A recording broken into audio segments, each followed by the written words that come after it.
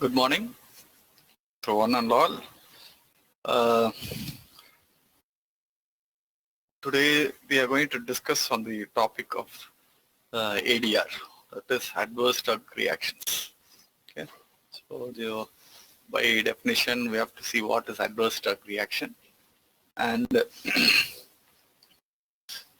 terminologies which we'll be seeing various terminologies in this adverse drug reactions. So adverse drug reactions and how.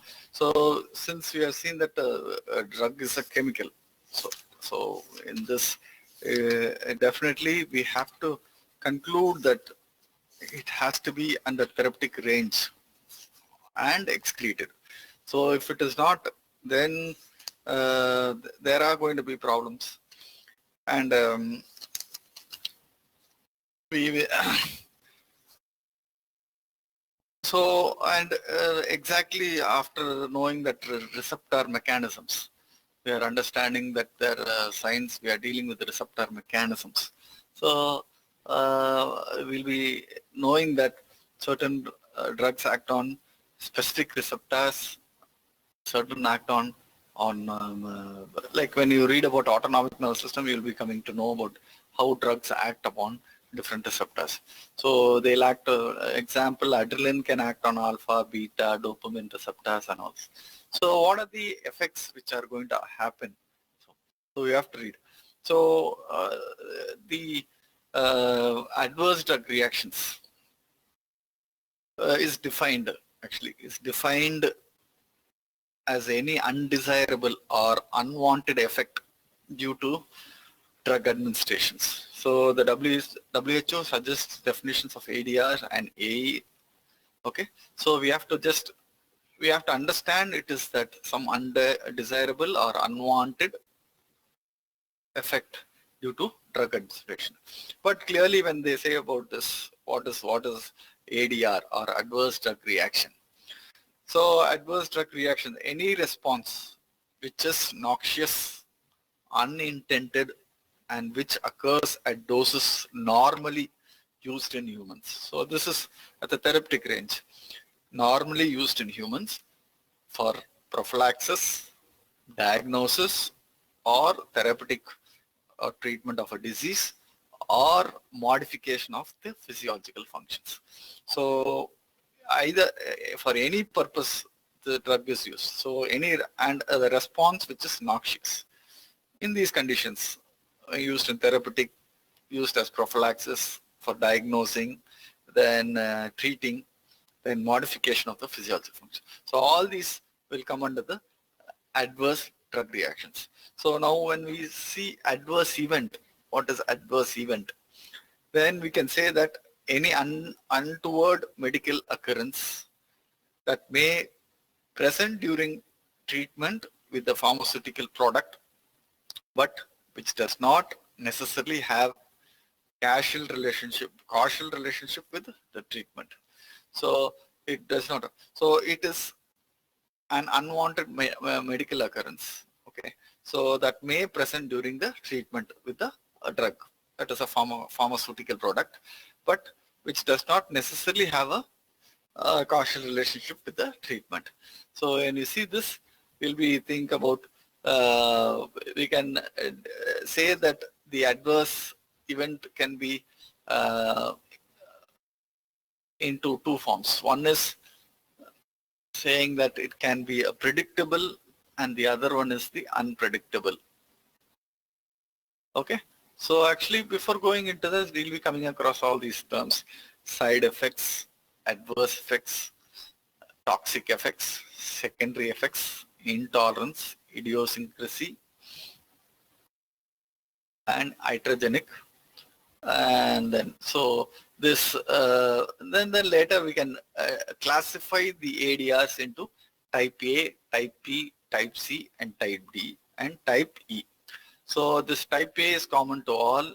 Type B is bizarre, maybe genetic or allergic factors. Type C can be continuous, long-term usage. Okay, and type D, delayed, teratogenicity, carcinogenicity, mutagenicity, and type E, end of of using, that is rebound adenocortical insufficiency. So all these things can be classified.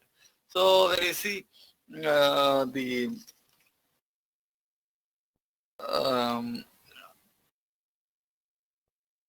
side effects, adverse effects, toxic effects.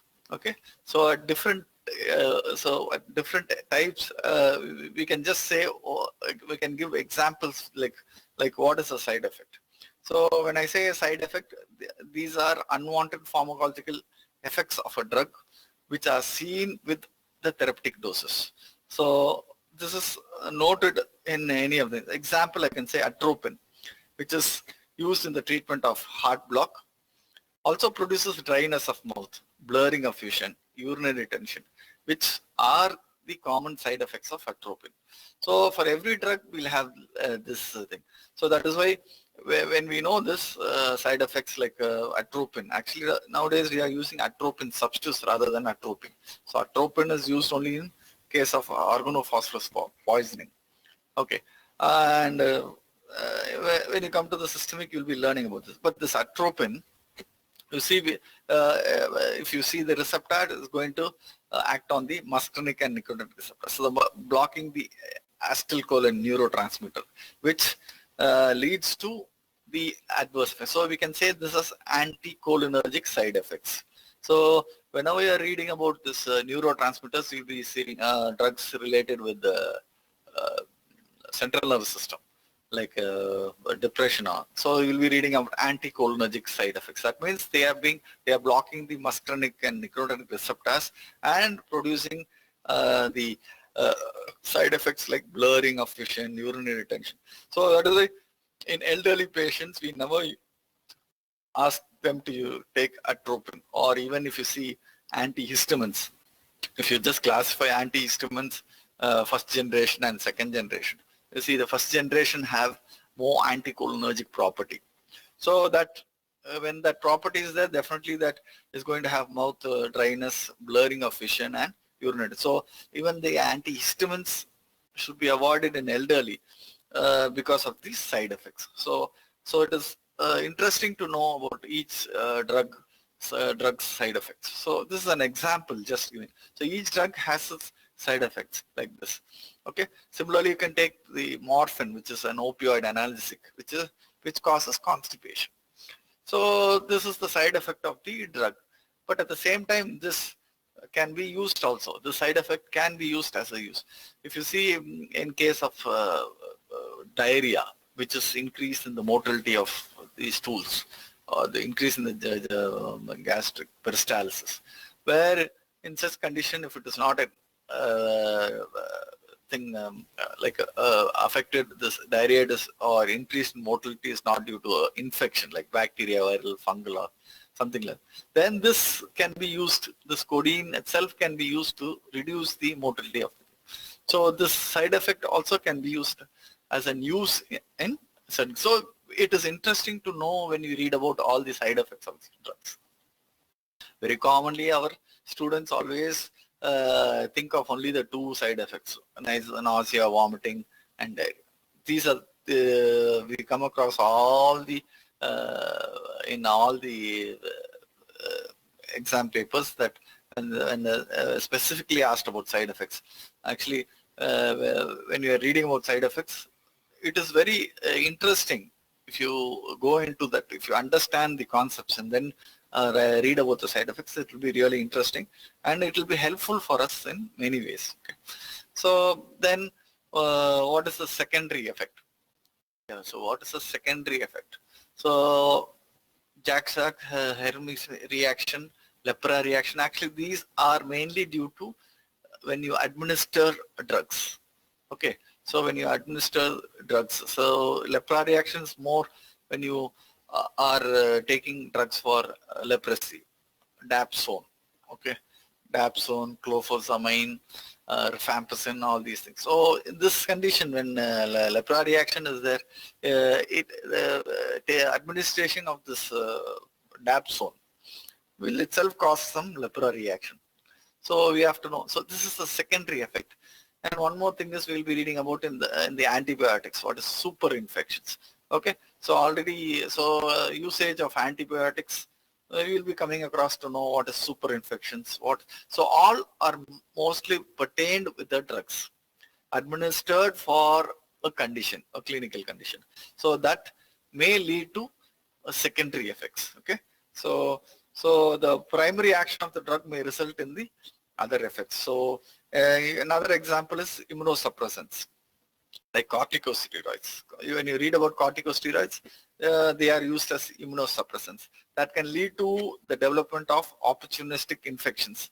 So when you're on continuous use of corticosteroids, definitely there's going to be immunosuppression, which can lead to opportunistic infections. The common is candidiasis. So oral candidiasis is very common when people are using it. So that is one way of identifying the patient is immunosuppressed. So whenever you examine the tongue, you'll see the whitish coating of the tongue, which indicates it is one of the conditions for candidiasis. Okay, then we have toxic effects. So what is toxic effects? So here, these are the effects of drugs which are either due to overdosage or chronic use. So overdoses, example, bleeding due to chronic use or overdosage of anticoagulants. So whenever you are using this, it should be under surveillance. So you cannot just increase the dose. All come under a very narrow therapeutic range. So when the doses increase, definitely there are going to be toxic effects, which may be leading to neurotoxicity and nephrotoxicity. So when you read about this, especially the low therapeutic drugs, which are even a minimum increase in the dose can cause toxic effects. Okay, so we should be very careful. So one example is anticoagulants. We are using heparin, warfarin, in so many conditions. So we should be under cautious. So because it can lead to toxic effects. And another drug is very commonly used for only gram-negative organisms. Okay, an infection which is pertain for gram-negative organisms, a group of antibiotics called aminoglycosides. So they are very commonly the common factor for the side effect for all these drugs will have nephrotoxic. So our duty is to see which of the aminoglycosides are least nephrotoxic. Okay, so they are prone, so also chronic use and also increase in the dosage, and all can lead to toxic effects. So it can lead to nephrotoxicity, neurotoxicity, or ototoxicity, which all are into toxic effects. Okay, so and concomitant conditions. So suppose say I'm using an aminoglycoside, which is a gram-negative antibiotic. Okay, and if the patient is having renal failure, I know this is going to be nephrotoxic. So this will add on to that and create a toxic effect. So I should be very careful in selecting the antibiotics in the clinical conditions. Okay, so then we come to drug allergy. So drug allergy, okay, which is very commonly used. It's like allergic to any condition. Any condition. It can be what to say? It can be local or a systemic. So it is an abnormal response mediated by the immune system. So those when a foreign body enters, or a drug which is also known as a foreign body, can cause abnormal responses, either locally or systemic. Suppose I get a bee sting, which is an immediately the inflammation process starts and anaphylaxis occurs. So which we read about this antigen antibody reaction. So in other words, I can say different types of hypersensitive reactions, which mainly associated with humoral and cell-mediated immunity. So those associated with humoral antibodies will be type 1, type 2, and type 3 hypersensitivity. And those related to the cell-mediated immunity will be related with the type 4, which is the delayed hypersensitivity reactions. Okay, so when we deal about the type 1 hypersensitivity reaction, which is immediate anaphylaxis. Now, a simple example I can give you. Penicillin, the first drug used for, which was the first antibiotic which has been developed, used parenterally, and this drug may not suit every person. So this can cause anaphylactic reaction. That is an immediate type of reaction. So whenever the patient is exposed to such things, exposed to penicillins or any drug which may be allergic, may produce the IgE antibodies, okay, when it is allergic, which is fixed to the mast cell. So this IgE antibody then on re-exposure to the same drug produces an antigen antibody reaction, and that occurs in the mast cell. Okay, this mast cell releases histamine, 5-hydroxytryptamine, prostaglandin, leukotrienes, and platelet activating factors. So exposure of the drug penicillin, which is allergic, produces IgE antibodies and produces an antigen antibody reaction in the mast cell surface, and this releases the mediators called histamine, serotonin, prostaglandin, leukotriene antagonists, and platelet action. These mediators will cause hypotension, decrease in the blood pressure, will cause bronchospasm, constriction of the bronchioles, angioedema, urticaria, rhinitis, and finally leading to anaphylactic shock. So commonly this is a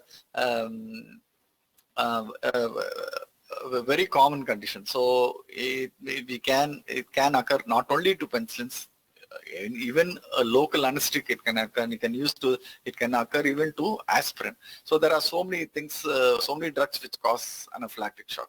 So it is an immediate. So definitely there's no time for us. We have to, once you identify it as anaphylactic shock, definitely the key management of this is very, very important. So only 3 drugs are there.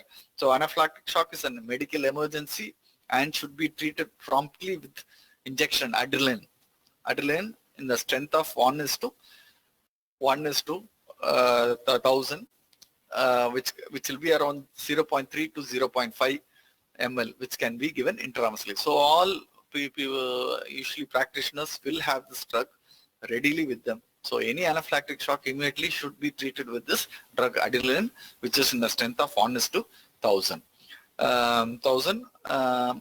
Dosage is 0.3 to 0.5 ml intramuscularly. The other drug every practitioner should have in an emergency is the hydrocortisone, which is given in 100 to 200 milligrams intravenously. And the third one is the antihistamine. Injection pheneramine, 45 milligrams intramuscularly or intravenously. Along with this, since there is shock, you have to replace the IV fluids. So intravenous fluids, adrenaline, hydrocortisone, and antihistamine, injection pheneramine. Okay, so this is a must which we should have in all the hospital setup. So in an ICU, there will be an emergency tray. So whenever, actually what is the precaution we have to take? We do a test dose prior to administration of the drugs. Okay, so this is very important. We have to keep them in mind that all drugs may not suit every patient. Some drugs are really anaphylactic. It is an emergency, and we know what once the mediators are released from the mast cell, it is going to lead to anaphylactic shock, followed by hypotension, bronchospasm, itching, and hypovolemia. Okay, so this is an emergency which should be treated then and there, and we have no time for that. So otherwise we'll lose the patient. So this all, so we have seen that hypersensitivity, which is an immediate type, and it is humoral mediated, humoral. So this is a type 1, and the commonest antibody is IgE. The next one, which is very common, is type 2. So this is cytotoxic reaction. Here, the antibodies IgG, IgM react with the cell-bound antigen and cause activation of complements which destroy the cell. So IgM, IgG mediator. So this antibody reacts with the cell-bound antigen. Okay, so this antigen will have specific antibodies. It will activate the complement and start destructing the cells. So example for this is, we can think of, all of us will know that transfusion of blood. So whenever you are transfusing blood, definitely you should be aware of this hypersensitivity reaction, which is cytotoxic. Okay, so so blood transfusion reactions, then hemolytic anemia produced by quinine and cephalosporin. So quinine is used in malaria, quinidine is used in arrhythmias, and cephalosporins is a group of antibiotics which is used for gram-negative and gram-positive organisms. Okay, so all these will cause such type of reactions, which also we have to be cautious. So we have to identify this and understand that, okay, take measures to prevent such reactions. Okay, so that is why we match the blood, crossing the blood match. So all these precautions are taken prior to the administration of transfusion. Okay, and the third one is hypersensitivity, this Arthus reaction. So in this type of reactions, antibodies involved are IgG.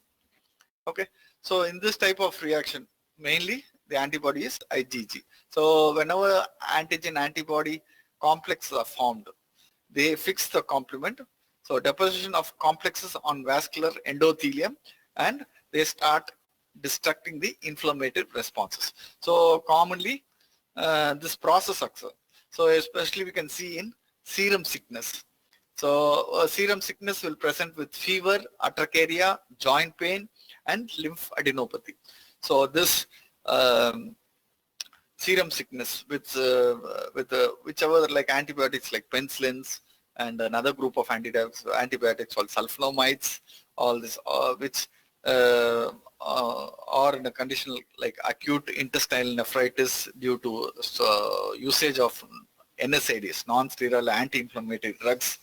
Okay, and Stevens-Johnson syndrome, especially with sulfonamides. So these are the reactions. So Stevens-Johnson syndrome, acute intestinal nephritis. Okay, so which are mainly the end of cell mediated, this Arthus reaction.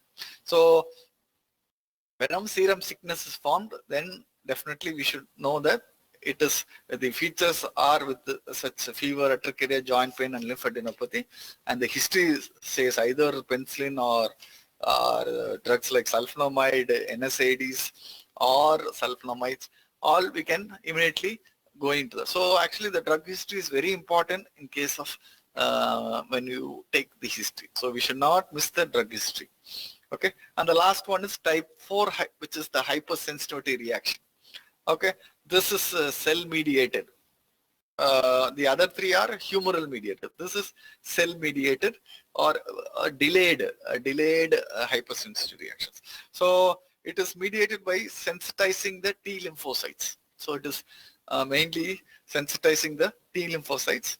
So the re-exposure to the antigen leads to local inflammatory responses. So the manifestation usually occurs in 1 to 2 days after the exposure of the sensitizing antigen. So the so example like dermatitis, especially when you use local anesthetic creams or topical antibiotics and antifungal agents. So these are very common. So these are delayed hypersensitivity reaction, and it is mediated with the cell mediated. So it's a delayed hypersensitivity reactions.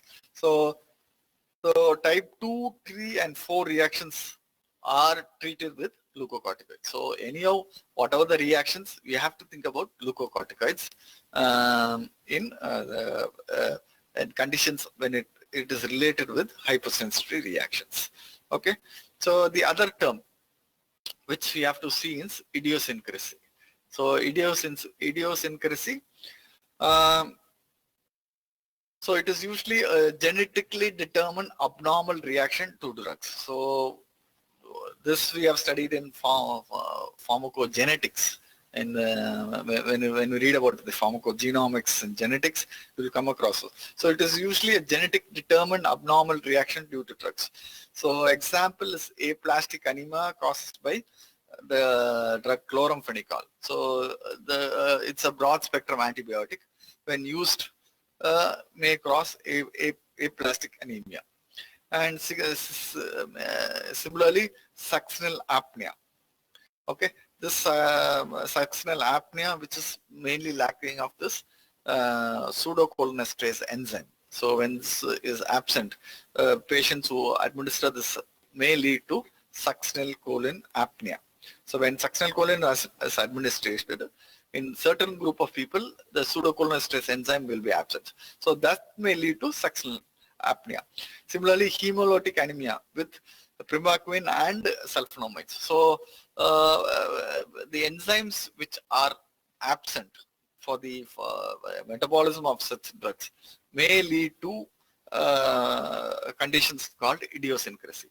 So similarly, porphyria due to barbiturates. Okay, so when you read about this enzyme inducers and enzyme inhibitors, you will have a clear picture of this. So this is one of the types. So it is totally absent, and we have to know that it is absent.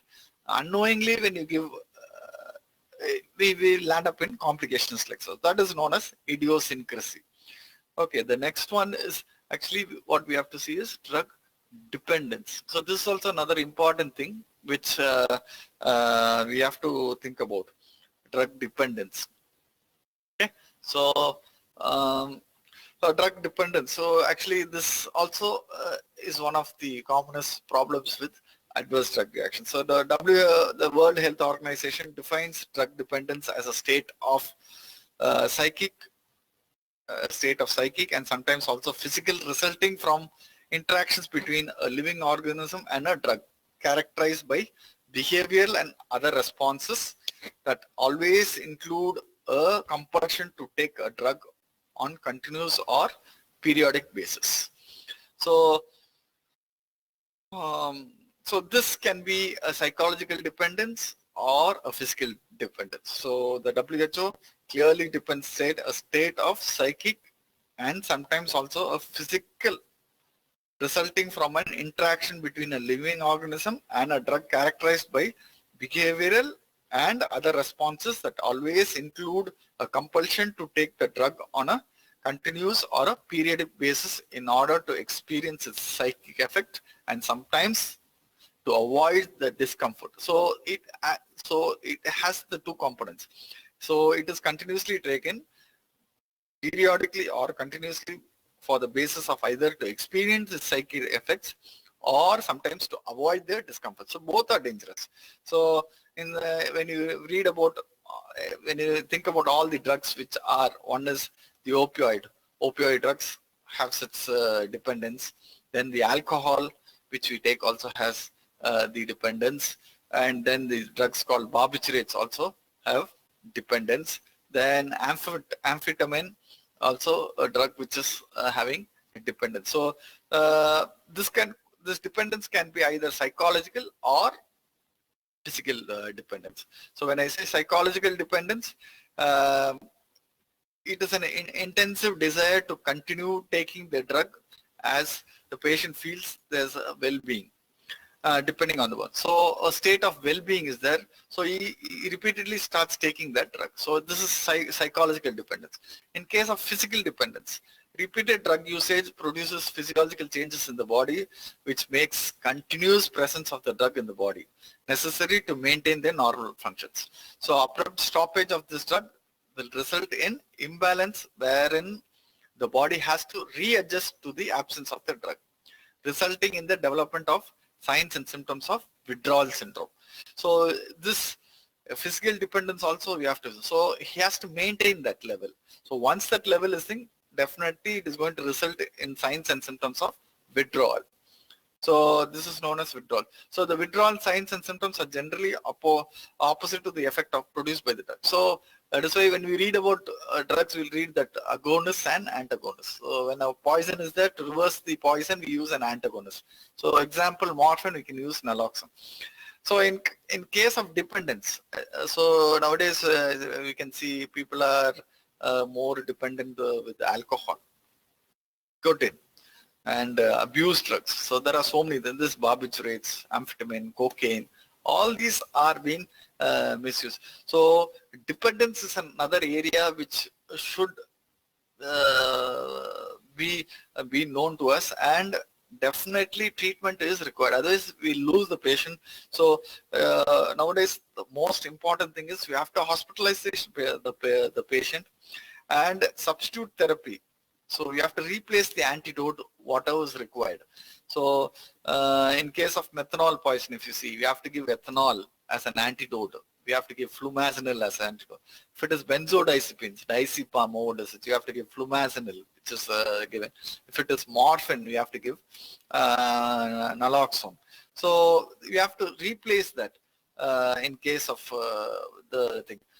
We have so immediate replacement should be there. Then stop that aversion therapy. Usually ethyl alcohol, very common example where we use disulfiram. So people to forget this drinking habit, a drug called disulfiram, which is aldehyde dehydrogenase enzyme inhibitor. So actually alcohol is converted in. So when you block this, it is this drug disulfiram blocks this enzyme, aldehyde dehydrogenase enzyme inhibitor. So this immediately produces vomiting, and so the patient will have aversion towards that drinking. So this is this therapy also will be started. Then along with this, so there are a lot of the psychotherapy. Then other things, maintain the nutrition and family support for the rehabilitation. So it is very important in case of whether it's a psychological or a physical dependence. We have to rule out the condition, what is the drug, hospitalize him, give the antidote, give psychotherapy, and maintain his nutrition, family support, and rehabilitation. So this all will come as under dependence. So patients are there which when whether it is psychological or physical, it should be treated. So there are measures for that to think. Then we have to think about this iatrogenic disease. So what is this iatrogenic disease? And when you say about this iatrogenic, we can just see iatrogenic is nothing but, in other words, the physician induced disease. Iatros, actually it's a Greek word, means physician. So that means when we treat the patient and we go into some disease. So example is Parkinsonism. Usually Parkinsonism, all of us very well know that is mainly due to the lack of the neurotransmitter dopamine. Okay, so this Parkinsonism, we also have mainly drug-induced Parkinsonism. So drugs like metoclopramide, which is a drug which is used for which is a prokinetic anti-emetic drug used for prevention of vomiting. So this metoclopramide blocks the D2 receptor, so which can lead to lack of dopamine. So this lack of dopamine, which can use, we have to replace this. So actually, so certain drugs are given which will lead to conditions, disease conditions. So this is known as iatrogenic, physician-induced disease. Other very common is gastritis or peptic ulcer when we prescribe non-steroidal anti-inflammatory drugs. So NSAID are drugs which are used for pain relieving drugs. So such drugs are used which will have disruption in the gastric mucosa, which leads to gastric or duodenal ulcer. So that is also physician-induced. So there are a lot of reasons which we can think. So almost all conditions when we misuse may lead to drug-induced conditions or diseases. which are mainly by the physicians. Okay, so so this is also one of the important thing which you have to think about. Then actually one more thing which we have to deal with is a term called teratogenicity. So teratogenicity is a terminology used. So teratogen is actually um, during pregnancy. Certain drugs when given during pregnancy may cross the placenta and produce various dangerous effects in the fetus. So this is called teratogenesis. So administration of drugs during the early pregnancy, especially in the conception, first 16 days, could result in abortions, or during the second to 8th week of gestation. It can affect the orgogenesis and produce structural abnormalities during the second and third trimesters. So drugs can affect the growth and development of the fetus. Hence, drug administration during pregnancy should be restricted. So there was a disaster, okay, so which led to a condition called phocomelia, sealed limbs, a drug which was used for preventing nausea and vomiting, called thalidomide. So this drug produced phocomelia, that is sealed limbs in children. So which was which was later banned, and no more the drug is now. Now the same drug is being re-emerged for using in different other conditions like lepra reactions and as a immunosuppressant. So that is, so this teratogenicity, very important thing. So pregnancy is a special situation where almost every we will be coming across respiratory infections, since a foreign body, the fetus is a foreign body in the abdomen. So definitely the body will have different physiological changes in it. So we'll have gastritis, we can be exposed to infections like respiratory, urinary tract, skin infections.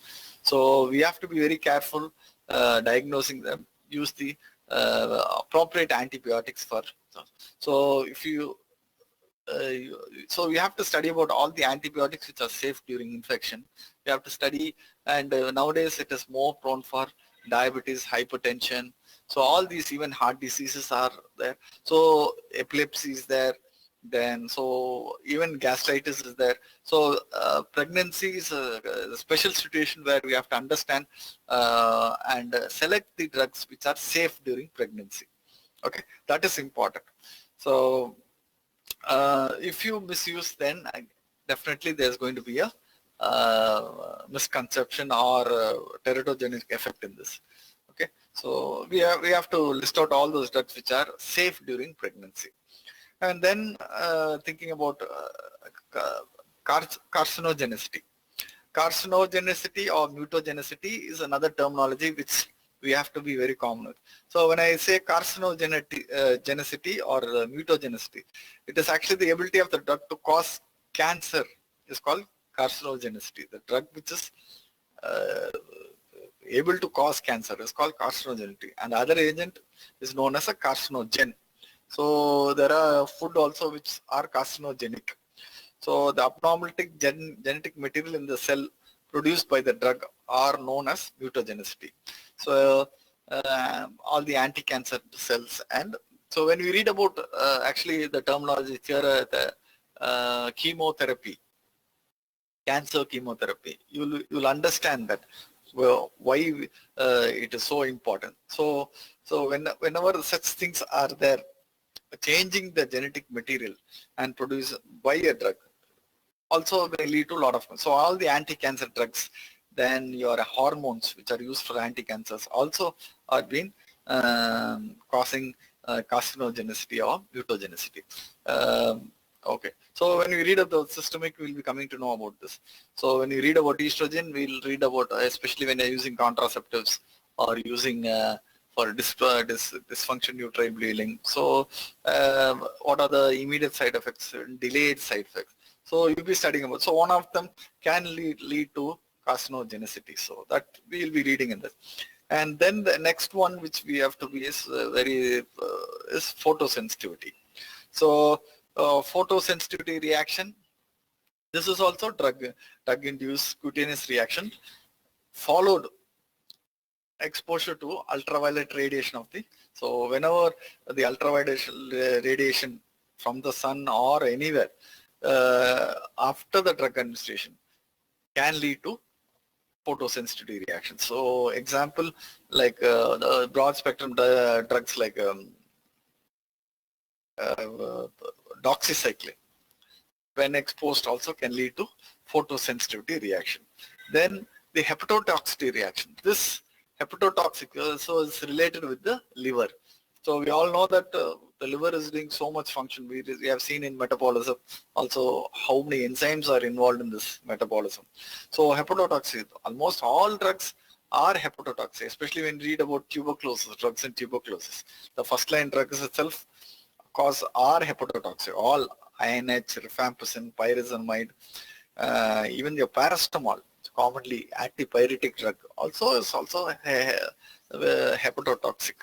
So such drugs are there which can. So we have to know the therapeutic range. We have to know how to use them, how to evaluate that whether this is in the proper. So liver function test should be taken before and after administering these drugs. Okay, then there are certain drugs which are nephrotoxic. So one which we have seen is aminoglycoside, gram-negative antibiotic used for mostly gram-negative organisms. Okay, so this aminoglycosides, then antifungal drugs like amphotericin B, then anti-cancer drugs, then heavy metals. Also, all these are nephrotoxic. So, which should be considered before things. Then autotoxicity. This is also another common with many drugs. So one of them is aminoglycosides. The other common which we all know is loop diuretics. Okay, so which is also causing ototoxicity. Okay, so these drugs are very commonly used. So that is why we have to know their effects and we have to monitor so that it will be better for the patient.